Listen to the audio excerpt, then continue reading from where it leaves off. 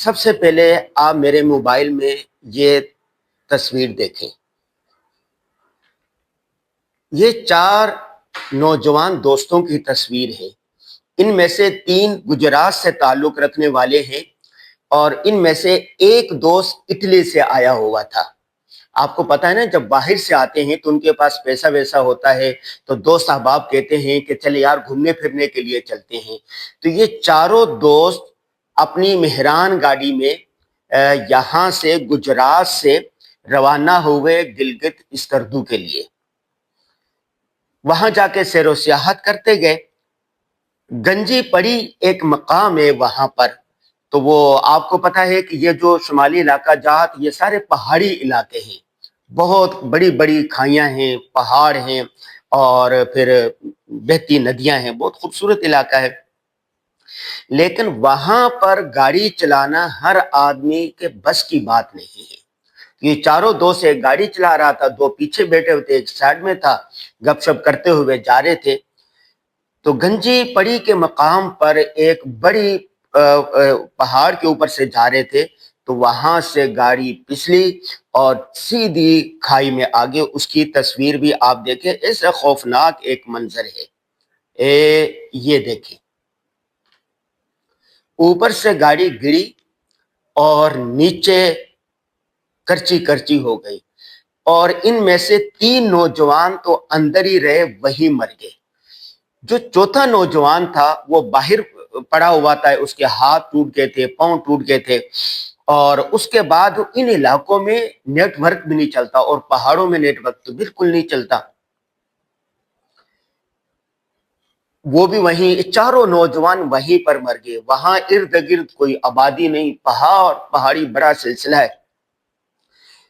اس کے بعد ان کے جو والدین تھے انہوں نے رابطہ کرنے کی کوشش کی، فون بج رہا تھا، لیکن کچھ عرصے کے بعد بیٹری ختم ہو گئی۔ سیر و سیاحت کے لیے جب جاتے ہیں کہ ہر ایک کو یہ ہوتا ہے کہ چلو سیر و سیاحت کے لیے گئے، ان کو تنگ نہ کیا جائے۔ جب 3-4 دن گزر گئے، ان کے فون بن جا رہے تھے، تو پھر ان کے والدین نے اخبارات میں اشتہار شائع کیے۔ یہ اشتہارات بھی ہیں یہاں پر، یہ ایک ویڈیو ہے، اس کے اندر یہ ویڈیو ہے، اس کے اندر اشتہارات ہیں۔ چاروں والدین، ان چاروں نوجوان کے والدین نے اشتہارات شائع کیے کہ بھئی ہمارے بچے نہیں مل رہے۔ وہ معلومات کی، انکوائری کی، سرحد حکومت اور یہ علاقے کی جو حکومت ہے بہت اچھی ہے، سیاحوں کا بڑا خیال رکھتی ہے۔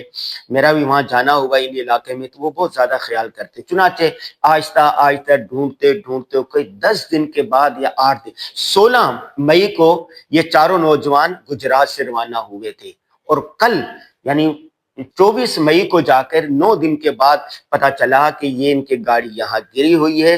آپ یہ دیکھ سکتے ہیں اس کے اندر کہ یہ ریسکیو والے ہیں، یہ دیکھیں، یہ ریسکیو والے یہاں پہنچے اور پہنچ کے ان نوجوانوں کی لاشوں کو گاڑی سے نکالا، گاڑی کاٹ کے نکالا، اور پھر یہ لاشیں گھر پر جیسے آئی ایک کوہرام مچ گیا۔ آپ تصور نہیں کر سکتے، جو باپ ہے نا، جو ماں ہے، اس کو پتا ہوتا ہے کہ چھوٹے سے بچے کو کس طرح، کن دکھوں کے ساتھ، کن ارمانوں کے ساتھ انہوں نے پالا ہوتا ہے۔ اور جب گھبرو نوجوان ہو جائے تو ماں باپ خوش ہوتے ہیں کہ ہمارے بڑھاپے کا سہارا بن گیا۔ بہنیں خوش ہوتی ہیں کہ ہمارا بھائی جو ہے ایک سہارا بن گیا، ایک ان کو ایک وہ مل گیا، فخر کرتی ہیں کہ ہمارا بھائی ایسا ہے۔ اور جب کسی شادی ہو جاتی نا عورتوں کی، تو پھر وہ اپنے شوہروں کو بھی کہتی میں اپنے بھائی کو بتاؤں گی، ٹھیک ہے۔ تو بہنوں کو بھی ارمان ہوتا ہے، ماں باپ کو سہارا ہوتا ہے، اور پھر ہوتے ہیں کہ ان کی شادی فلاں جگہ پر کریں گے، ہماری بہو آئیں گی، ان کے بچے آئیں گے۔ اور آپ جانتے ہیں کہ ایک چھوٹے سے بیج سے لے کر اس کو بڑا کرنا، پھر 25-30 سال کا جب جوان ہو جائے، کمانے لگ جائے، اور اچانک ان کے اور خوفناک طریقے سے موت واقع ہو، تو اس کا تصور صرف وہی کر سکتا ہے جس پر یہ بیتی ہو۔ اللہ تعالیٰ سب نوجوانوں کی حفاظت کرے، اپنے حفظ و امان میں رکھے۔ 3-4 باتیں قابل غور ہیں۔ پہلی بات یہ ہے کہ پاکستان ان ممالک میں شامل ہے جہاں پر ٹریفک حادثات سب سے زیادہ ہوتے ہیں۔ سندھ، بلوچستان، خیبر پختونخوا اور یہ علاقے، میں نے پوری اس پر ایک ریسرچ، ایک مقالہ لکھا ہے، کسی وقت میں آپ کے سامنے پیش کروں گا۔ دوسری بات، ایک کراچی میں ڈرائیونگ کرنا اور پہاڑوں پہ ڈرائیونگ کرنا، یہ بالکل دو مختلف طریقے ہیں۔ بہت سارے نوجوان ندانی کے اندر جو یہاں سیدھے روڈ پہ ڈرائیونگ کرتے ہیں وہاں پر بھی چلے جاتے ہیں۔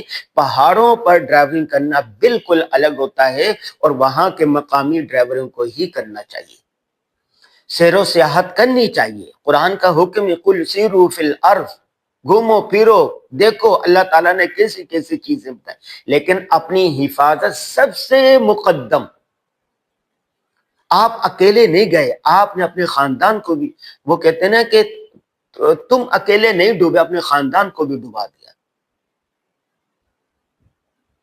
اگر یہی جوان ہوتے، پھر شادی کرتے، پھر ان کے بچے ہوتے، پھر ان کے بچے ہوتے، ان میں سے پتہ نہیں کون دین اسلام کے لیے کیا کچھ کام کرتا، اس کی نسل جو تھی، جو شادی شدہ نہیں، ان کی تو نسل ہی ختم ہو گئی۔ پہلی بات یہ ہوگی کہ جب آپ کہیں پر جائیں ان علاقوں میں، مقامی ڈرائیور اور گائیڈ اور رہبر اپنے ساتھ لے لیں۔ میں بھی پوری دنیا ٹریول کرتا ہوں، پوری دنیا گھومتا ہوں، میری عادت ہے جب بھی جاؤں وہاں پر مقامی آدمی ساتھ ہوتا، خود ڈرائیونگ کبھی نہیں کرتا۔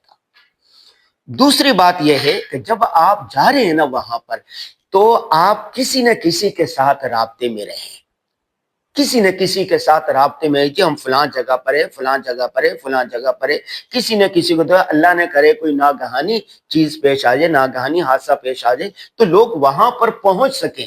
بہت سارے لوگ جاتے ہیں دفتر کی دوستوں سے رابطہ ختم کر دیتے ہیں، کہتے ہم تو کسی سے رابطہ نہیں کریں گے، بس ہم تو انجوائے کریں گے، تو اس طرح کے حادثات پیش آ سکتے ہیں۔ تیسری بات ماں باپ کے لیے، والدین کے لیے ہے کہ وہ اپنی اولاد کو یوں ہی نہ چھوڑ دیا کریں۔ انہوں نے کہا دوستوں کے ساتھ مل کے جائیں گے، ماں باپ نے کہا ٹھیک ہے جاؤ، بالکل نہ جانے جائے جب تک کہ ان سے پوچھاؤ کہ گاڑی کون سی ہوگی، ڈرائیور کون سا ہوگا، مقامی آدمی کون سا ہوگا، کس علاقے میں جانا ہے، وہاں کے حالات کیا ہیں، وہاں کا موسم کیسا ہے، آب و ہوا کیسی ہے۔ پوری دنیا میں سیر و سیاحت ایک انڈسٹری بن چکی ہے۔ باہر ممالک میں سفر کرنا ہوتا ہے، وہ ساری احتیاطی تدابیر اختیار کرتے ہیں، موسم دیکھتے ہیں اور اس کے بعد سیر و سیاحت کرتے ہیں، ٹریول کرتے ہیں۔ ہمارے ہاں بارش ہو، آندھی ہو، طوفان ہو، بس چل سو چل، باہر نکلو، باہر نکلو، ہلا گلا کرو، شور شرابہ کرو۔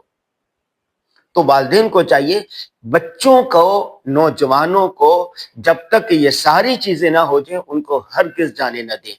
اور آخری بات یہ ہے کہ زندگی بہت خوبصورت ہے۔ وَلَا تُلْقُوا بِأَيْدِيكُمْ إِلَى التَّهْلُكَةِ، اپنے آپ کو خود ہلاکت میں نہ ڈالو، خود بربادی میں نہ ڈالو، اپنے آپ کو کیوں تباہ کر رہے ہیں؟ ابھی میں دیکھ رہا تھا کہ ایک جگہ پر دو نوجوان تھے، بائک پر بیٹھے ہوئے تھے اور ون ویلنگ کر رہے تھے، اور جب میں ان کو روکا تو انہوں نے سمجھا پتہ نہیں کیوں روک رہا ہے۔ میں نے کہا بچوں، آپ اپنی تو تباہ ہو گئے، اپنے برے ماں باپ پر تو رحم کرو۔ انہوں نے نہیں مانا، تھوڑے سے آگے گئے، آگے کوئی چھلکا پڑا تھا، کیلے کا تھا یا کیا تھا، یا چکنائی تھی، وہاں پر بائک ایسے میرے سامنے کلٹی ہوئی اور ایک نوجوان کی ٹانگ ٹوٹ گئی۔ اب پچھتا رہا ہے، اب پچھتاوے کیا ہوت جب چڑیاں چگ گئی کھیت۔ اب پچھتانے سے کچھ نہیں ہوگا۔ مجھے یاد ہے کچھ سال پہلے میں ہسپتال میں داخل تھا، تو میرے ساتھ والے بیڈ پر ایک 12-13 سالہ بچہ ہوگا، اس کی دونوں ٹانگیں کٹی ہوئی تھی، وہاں پر آیا تو ایسا چلا رہا تھا، ایسا چلا رہا تھا، اللہ۔ اس کے ماں باپ آئے، جب تھوڑی دیر کے بعد میں نے پوچھا کہ ہوا کیا، اس کے باپ نے روتے ہوئے کہا کہ میں دفتر سے آیا اور میں نے بچے کو کہا کہ بیٹا بائک کو گھر کے اندر لے آؤ، باہر کھڑی ہوئی ہے، مجھے کچھ کام تھا۔